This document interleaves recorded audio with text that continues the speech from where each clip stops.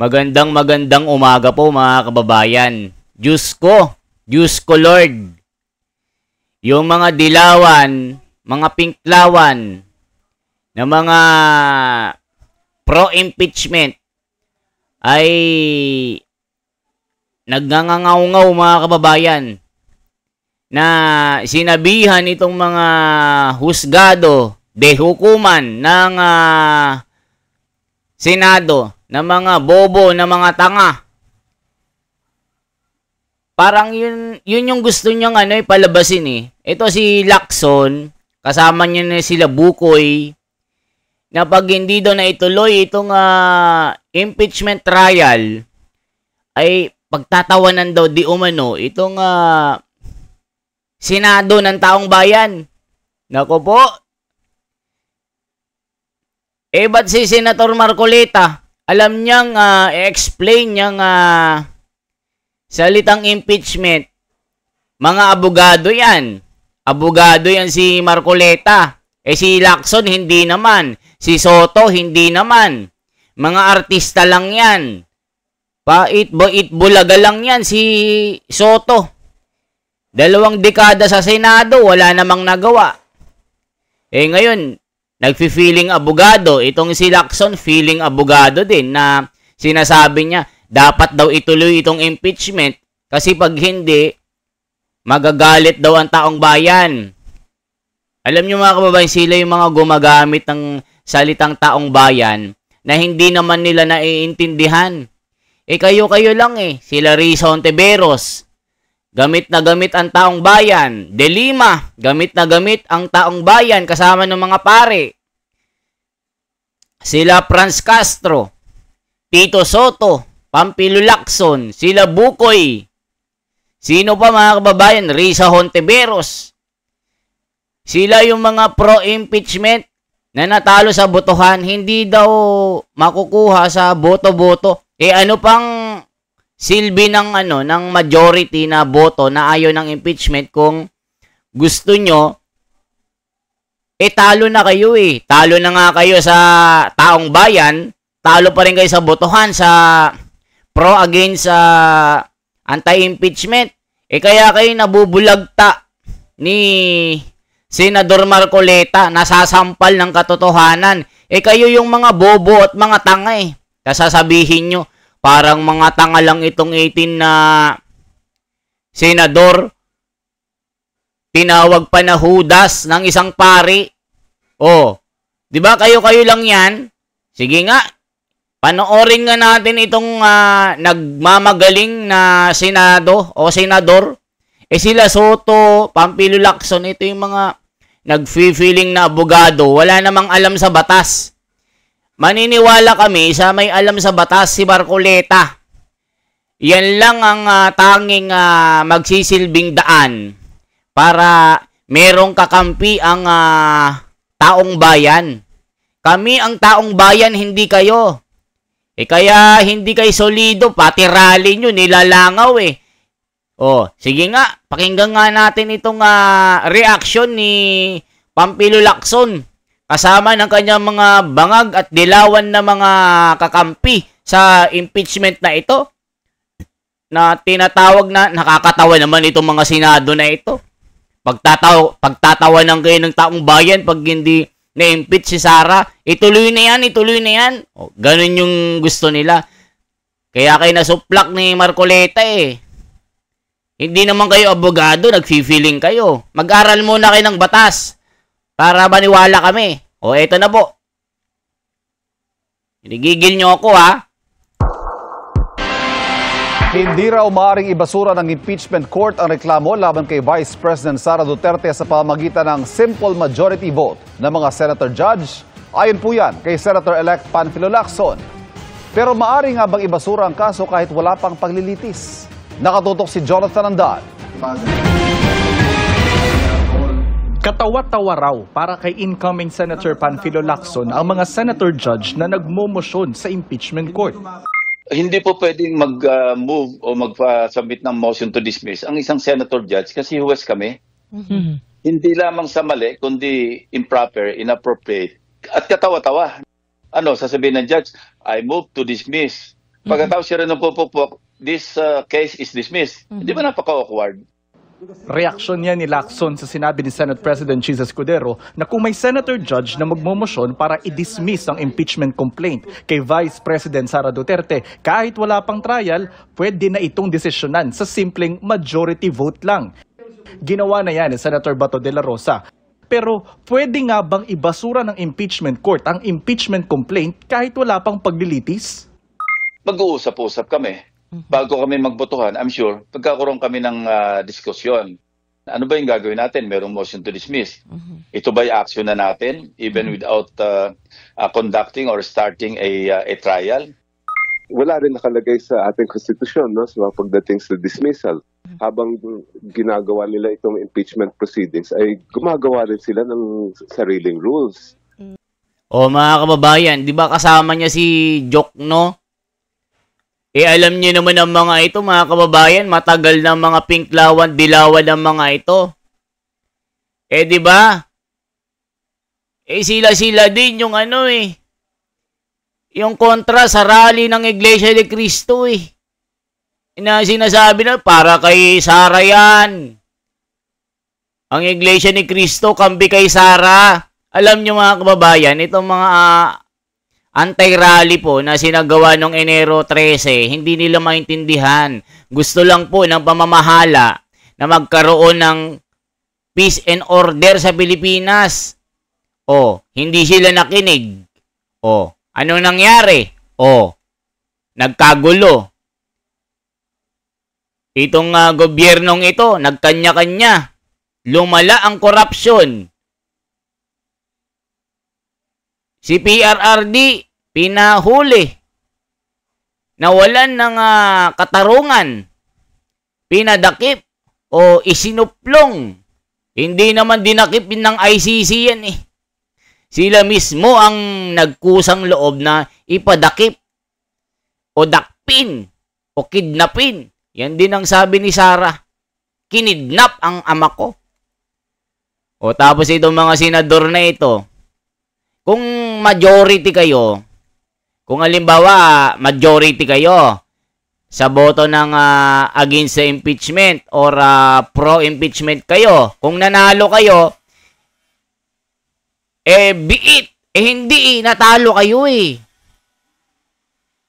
Kukunti lang kayo ng gusto ng impeachment at sasabihin nyo na taong bayan. Nako, pag si Senador Marcoleta talaga nagsasabi, kapanipaniwala Pero itong mga to, nako, I doubt it. Walang alam ang mga ito binabaluktot nila ang batas Mga mata, may mga mata, pero nakapiring, may pandinig, pero nabusalan ang kanilang mga tenga, mga eardrum nila, natatakpan ng bulak na makapal. Yan po ang mga taong ito. Na wala sa Senate rules at wala rin sa konstitusyon. Saan ka naman nakakita ng korte na imbes na dinggin ang magkabilang panig, siya mismo ang magmo-motion to dismiss? So it is possible, but it is not proper at hindi karapat-dapat. Para kay Lacson, sundin na lang ang sinasabi ng konstitusyon. Maglitis at humatol. Posible raw kasing mapahiya ang Senado kapag ibinasura nila kaagad ang impeachment complaint ng walang trial at nagpasaklolo sa Korte Suprema ang House Prosecution Panel. At the very least, we take the risk of being overturned by the Supreme Court. Nakakahiya yun. Kahapon, sinabi ng tagapagsalita ng House Prosecution Team na kakampi niya sila Bukoy sa Korte Suprema kapag ibinasura ng Senate Impeachment Court ang kanilang impeachment complaint. Ang Supreme Court, as much as possible, ina-avoid yung kilala niyo ang mga ito Yan. Pangalawa, inaabot ng siyam-siyam ang Supreme Court. Kumbaga, tapos na yung issue, saka lang sila magdidesisyon. Batay sa 11-step impeachment process na inilabas ng Senado, tapos na ang kalahati ng proseso. Dahil hindi na nga aabot yan ng 20 Congress. Ang kukulit nyo, ginigigil nyo ako. Kaya kayo nasasampal ni Marcoleta. Pakinggan natin si Marcoleta, mga kababayan. Sabi ko sa inyo hindi kayo mananalo sa debate kay Marcoleta. Wala kayong alam sa batas. Pakinggan po natin si Marcoleta. Senator-elect Rodante Marcoleta gives his take on whether the 20th Congress should push forward with the impeachment case filed by the 19th Congress against Vice President Sara Duterte. Yung kasing pinagmulan ng unang school of thought ay yung paniniwala na ang Senado is a continuing body. Yan, opo. Tama nga naman. Pansinin mo, Kuya Benny, Nelson, kami kapag sa mababang kapulungan, talaga walang natitira eh. Sa kanilang palaging may 12 natitira. Hati, oh. Ang makikipagtuos lang yung kalahati, hindi ba? Sa magitan ng eleksyon. So doon lang kinukuha na continuing body ang Senado. Opo. Kaya lang nakalimutan nila yung pinagbasihan nila ay matandang desisyon. Okay. Oh, ito yung 1950 case na noong 1950 yung ating Congress ay unicameral body. Opo. Tama. Unicameral niya. Kaya continuing body talaga. Nakalimutan yung 2018 naman na kaso. Ito yung Balag versus Senate naman na ang sinasabi, the Senate is not a continuing body. Kaya okay. Yan ang pivotal issue. Diyan magkakaroon ng debate. Opo. At palagay ko... So may katotohanan ho, yung sinasabi. Nakita nyo, mga kababayan. Itong pinagkumparahan nila, 1950s pa. Lumang-lumang batas. Meron ng 2018 na batas. Luma na yun eh. Ayaw namin nung luma. Kita nyo? Marcoleta, the brilliant guy in the Senate, na kinakatakutan na magiging Vice President of the Philippines, tandem with Sara Duterte in 2028 presidential election, and nobody can move the strong tandem. It's like a mountain. It's like a stone. Ginigigil nyo ako. Ginigigil nyo ako, ha? Kaya kayo nasusupalpal ni Marcoleta. Pakinggan nga natin itong sinasabi ni Kuya Benny. Kilala ko ito si Kuya Benny. Kasama ko ito sa USEC ito ng DNR. When Tatay Digong was a president of the Philippines, kasama ko ito si Benny Antiporta. Magaling ito. Na kapag inumpisan sa Hunyo ito, wala na, deads na ho yan. Deads na yan? Palagay ko naman, hindi wala na. Tapos yan, kasi Hunyo, hanggang 30 lang naman ang 19 Congress. Wala na. Paano pa yung administrative na pamamaraan? Last day na ngayon. Gagawa pa ng impeachment rules. Opo. So yung mga administrative. Dedo na ang impeachment. Yung mga member ng Senado na impeachment judges. Iyak na si Pampilo Lacson. Pagkatapos, mag-i-issue po ng summon sa kung sino yung na-impeach na Vice President, sa VP Sara, tatanggapin pa yung sagot niya. Ito ay kakain ng maraming panahon. Hanggang alas 12 na lang yan yung 19 Congress. Hindi na aabot. Pati si si Benny Abante, wala na, talo na yan. Naalala nyo, mahabol maging congressman. Talo na hanggang 12:01 pag hindi siya umabol. Napalagay ko pagkahanda na mag-uumpisa, tapos na yung 19 Congress. Ngayon, ang issue ngayon, pwede bang ituloy ng 20th Congress? Ayun na nga po ang tanong ko. Yan ang labanan, yan ang... Wala na kong... So magiging debate yan, ano? Yan ang bantayan mo. Opo. Senator-elect mga kababayan, na? Kaya kayo na bubuljak ni Marcoleta dahil sa mga pabalagbag na mga rason nyo. Mga walang sense na mga konteksto nyo. Hindi kayo mananalo sa debate, sa usaping batas tungkol dito sa impeachment ni Sara Duterte. Hindi kayo mananalo. Walay ang mga ito. Di ako naniniwala sa inyo, Lacson.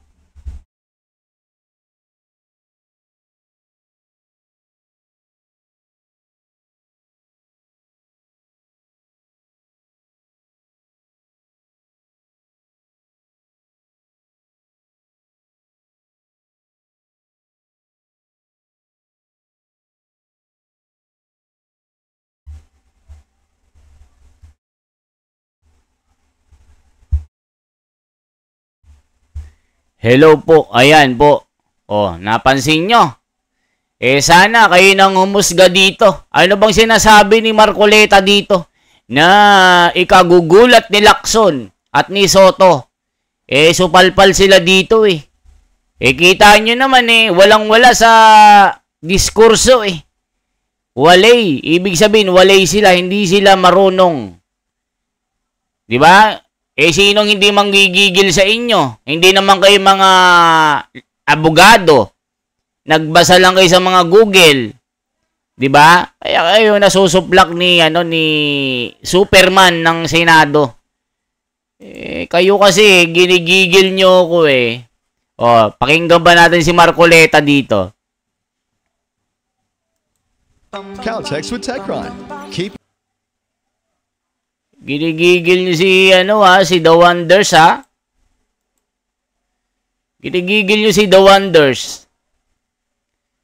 Tignan natin, mga kababayan, ha? Ginigigil nila ako, eh. Check natin ito. Ang ipipresenta sa kanila ni Senator Rodante. Ito na, mga kababayan, pakinggan nyo ito. Masusuplak si Lacson at Soto at si Bukoy. Ni Senator Rodante Marcoleta na hindi na dapat pang ituloy ang impeachment trial laban kay Vice President Sara Duterte. Binigyan din ni Marcoleta na may mali po sa proseso ng impeachment at basehan ng mga kaso laban sa Vice Presidente. Mayan Corvera sa detalye ng balita. Mayan? Ani, naghahanda na ang ilang senador sa pagsasagawa ng impeachment trial laban kay Vice President Sara Duterte. Pagtiyak ng mga mamabata, susuriin nilang mabuti kung credible nga ba ang mga ebidensyang ipipresenta sa kanila ng prosecution panel. Pinaghahandaan na ng mga senador ang magiging impeachment trial laban kay Vice President Sara Duterte sa Senado. Sa harap yan ng inaasahang pagsisimula ng paglilitis sa Vice Presidente sa pagbubukas ng 20th Congress sa July 30. Kung si Senator-elect Rodante Marcoleta ang tatanungin, hindi na dapat ituloy ang impeachment trial na aniyay lumilikha lang ng matinding away sa mga lider ng bansa. Alam mo, itong dapat na mabigyan ng din sa kanila, maintindihan nila na walang patutunguhan yung pag-aaway-away. Yan ang gusto kong bigyan ng din. Sa una pa lang na pagkakataon siguro na pag-usapan natin ng impeachment. Ayon sa mambabatas, may mali sa proseso at basihan ng mga kaso laban sa pangalawang Pangulo. Kung ganito anya ang kaso, kailangan anyang pagdebatehan muna kung kinakailangang ituloy o hindi ang paglilitis. Kapag dating sa 20th Senate halimbawa, magkakaroon na dyan ng diskusyon. Magkakaroon dyan ng debate, palagay ko hindi ko malaman paano nila ilalaban na ang impeachment na isinulong ng 19th Congress ay parang ganun na lamang, itutuloy mo na lamang sa 20th Congress ng walang kaukulang mga batas na maaaring mapagsaligan. Dito lang ay gusto ko nang tapusin. Dito lang kailangan na nating pagtalunan. Dapat mo bang i-turn over sa 20th Congress yung ginawa ng 19th Congress? Yan ang issue dyan eh. We are in full support of... Si Senator-elect Ping Lacson, hinimok ang mga kongresista na maghanda ng credible evidence. Ayon kay Lacson, kailangang makumbinse ang 16 na senador na matibay ang mga ebidensya sa mga akusasyon laban sa pangalawang Pangulo para magkaroon ng verdict. Mga kababayan, di sapul ka ngayon. Sapul ngayon itong si Lacson na nagmamagaling. Hindi naman kasi abogado ito eh. Promise, hindi ka abogado kaya wala kang say. Kahit anong ngaw-ngaw mo dyan, walang mangyayari pati itong si Soto. Diba mga kababayan? Ito yung mga kababayan, ito yung mga nagmalaki. Nagmalaki sila sa kapatiran nung hindi sila dinala. Ano naman ngayon kung di nila ako iboto? Parang ganun yung nila, yung sinasabi nila. Taong bayan naman ang magsasabi. 'Di ba?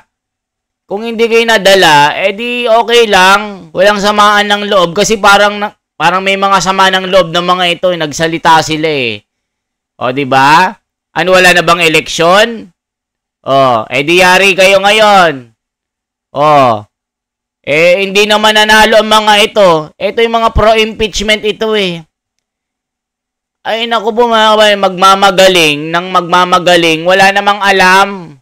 Sa totoo lang, mga dilawan ito, di mo alam kung ano magpapasikat, hindi naman mga abogado, pinipilit ng mga utak nila, hindi naman nila kaya si Marcoleta. O, di ba mga kababayan? Yan ang totoo. O, mag-comment kayo mga netizen.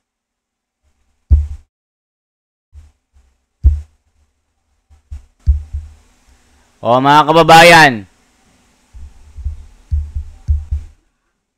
i-comment nyo po sa sa comment section natin. O, di ba?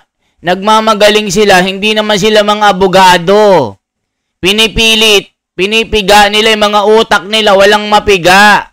Kita nyo naman, majority ayaw ng impeachment, pinipilit nila. Pati itong si Bukoy, nagmamagaling, wala namang appeal sa taong bayan. Laging ginagamit nilang taong bayan sila, itong si Franz Castro, sila De Lima, Risa Hontiveros. O, kita nyo ngayon mga kababayan, tignan natin anong sabi ni De Lima. Ano bang sabi ni De Lima sa impeachment? Check nga natin mga kababayan. Ano bang say ni De Lima to BP Sara impeachment? Check nga natin mga kababayan. Eto pakinggan natin si De Lima anong masasabi niya sa impeachment. Tignan natin mga kababayan O, tignan natin ito. Pakinggan po natin itong si De Lima sa impeachment. Check natin yung kanyang sinasabi dito mga kababayan na para malaman nyo po ito. Tignan nga natin itong sinasabi ng mga ito mga kababayan. Malalaman nyo talaga dito anong sinasabi ng mga ito. Check natin anong sinasabi ni De Lima Check natin. Ano bang sinasabi ng mga ito mga kababayan? Talagang gusto nilang magkagulo ang Pilipinas O, tignan natin si De Lima, nagsasalita na naman Tignan natin mga kababayan. Kaya kayo na jojol back ni Marcoleta. And viewers, given that you were the first, or your group was the first to file that impeachment complaint, and then there were several others, and finally there was one big one. Yeah. Was there any significant difference that you would say that can affect the process? None. At that point, none. Because I got three complaints from organizations, private ones, hindi mga not members of the House.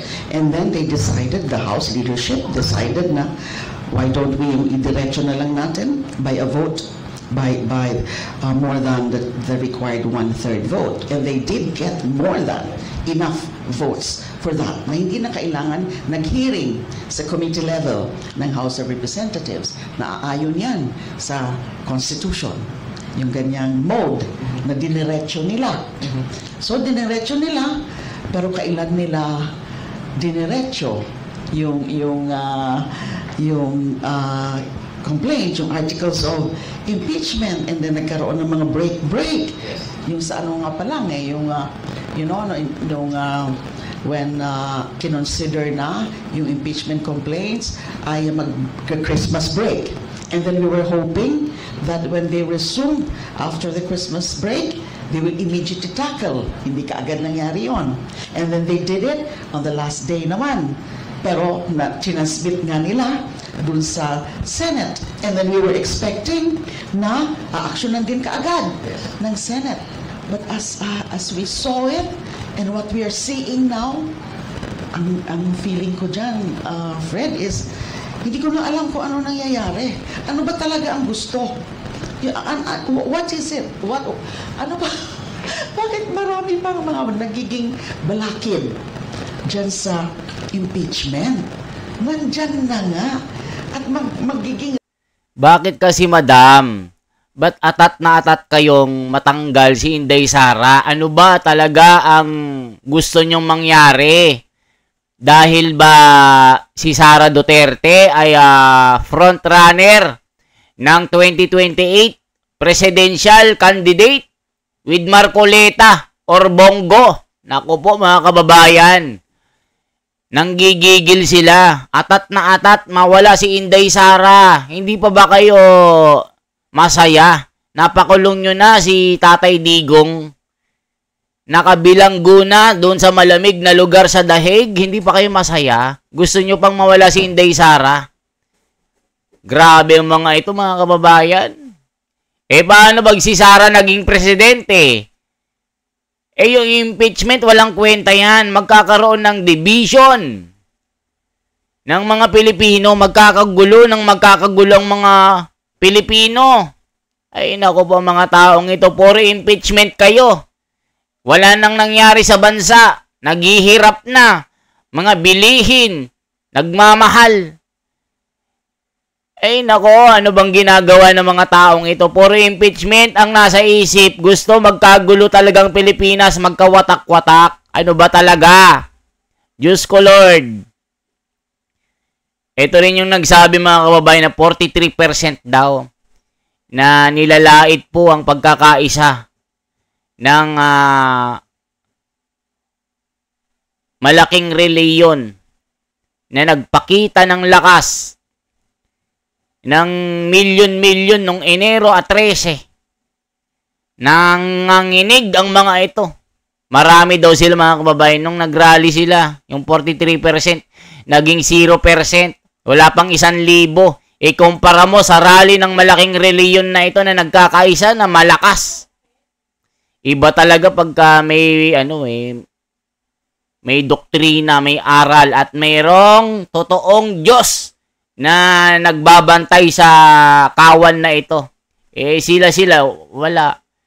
Yung pare nga sinabihan na Judas yung 18 na senador O kita nyo mga kababayan yung bumoto ng against the impeachment ni Sara. Yung pro-impeachment 5 lang.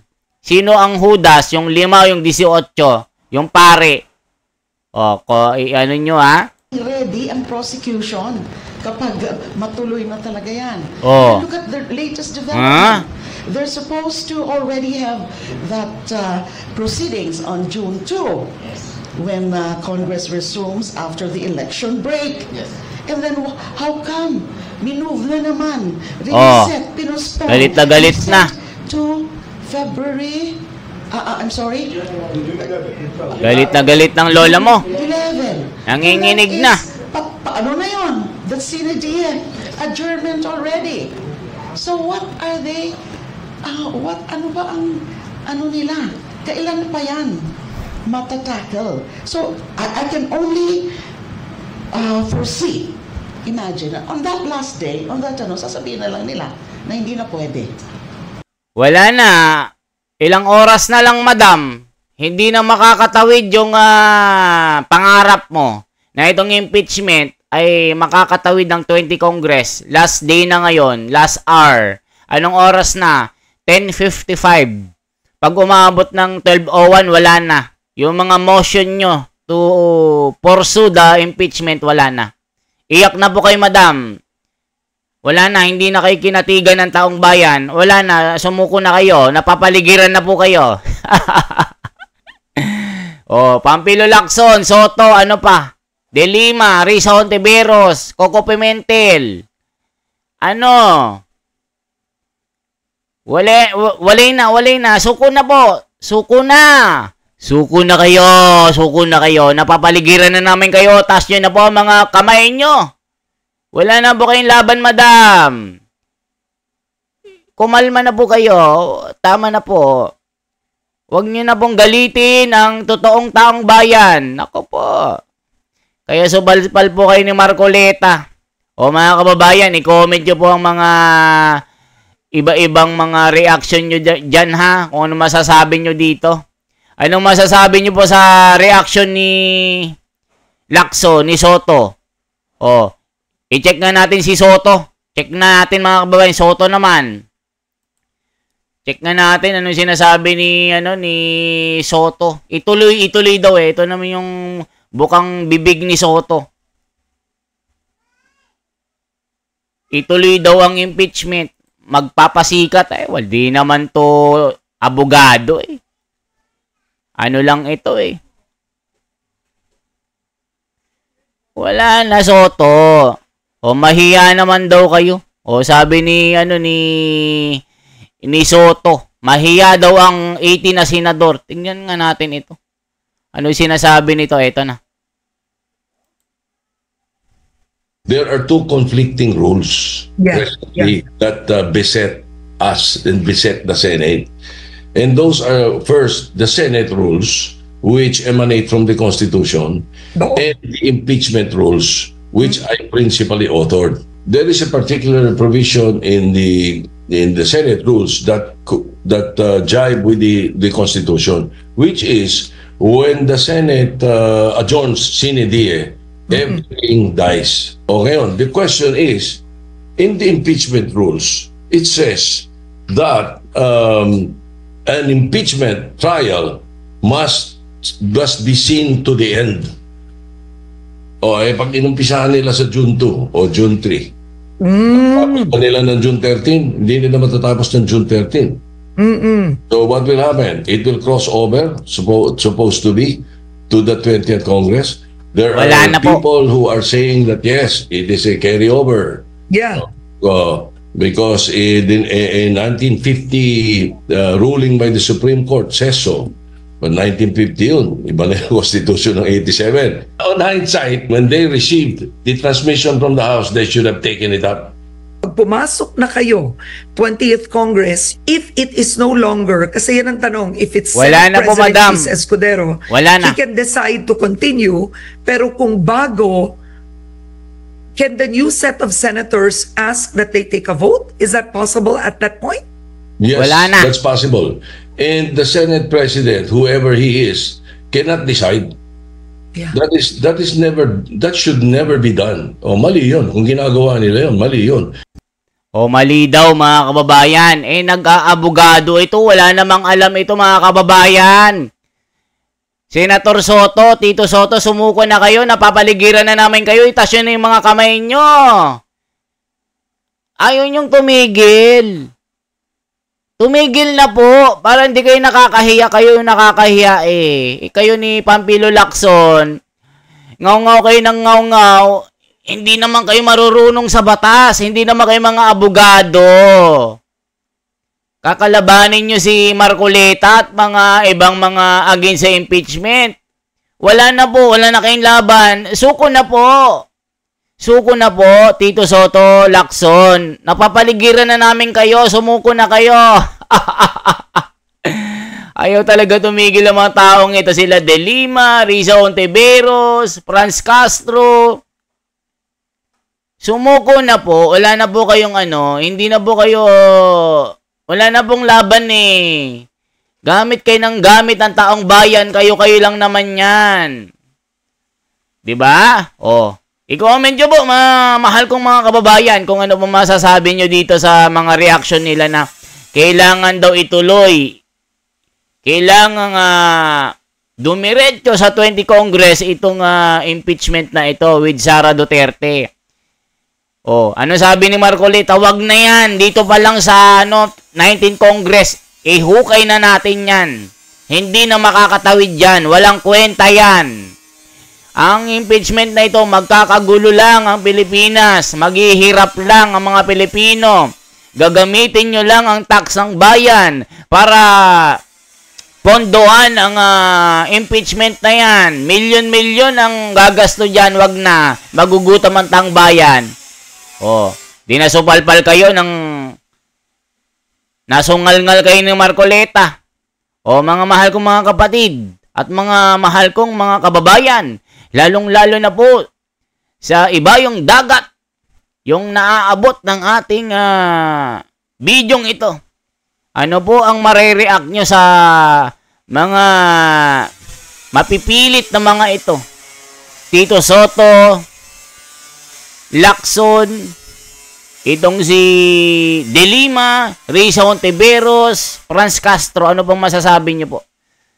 Isang like po, isang share. Para mas maraming, mas maganda po. Salamat ng maraming mga kababayan, mabuhay po. Once again, ako si The Wonder sa Philippines. Ang inyong lingkod bayan na tapat na magbalita. Salamat po.